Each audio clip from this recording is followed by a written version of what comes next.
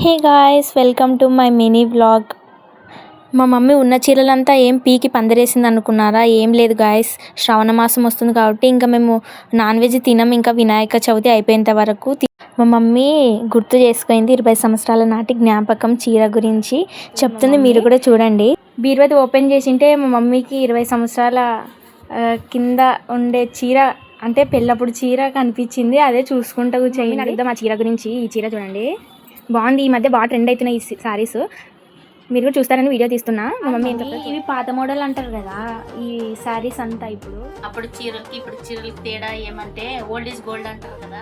ఏమంటే అప్పుడు చీరలు తక్కువ రేట్ అయినా ఎక్కువ సంవత్సరాలు వచ్చి, ఇప్పుడు ఎక్కువ రేట్ పెట్టినా కూడా ఒక 2 సంవత్సరాల కంటే చీర నిజంగా నాకే ఆశ్చర్యం అవుతుంది. అసలు 20 సంవత్సరాలు అయినా కూడా ఇంత చెక్కు చెదరలేదు, అంత బాగున్నాయి చీరలు.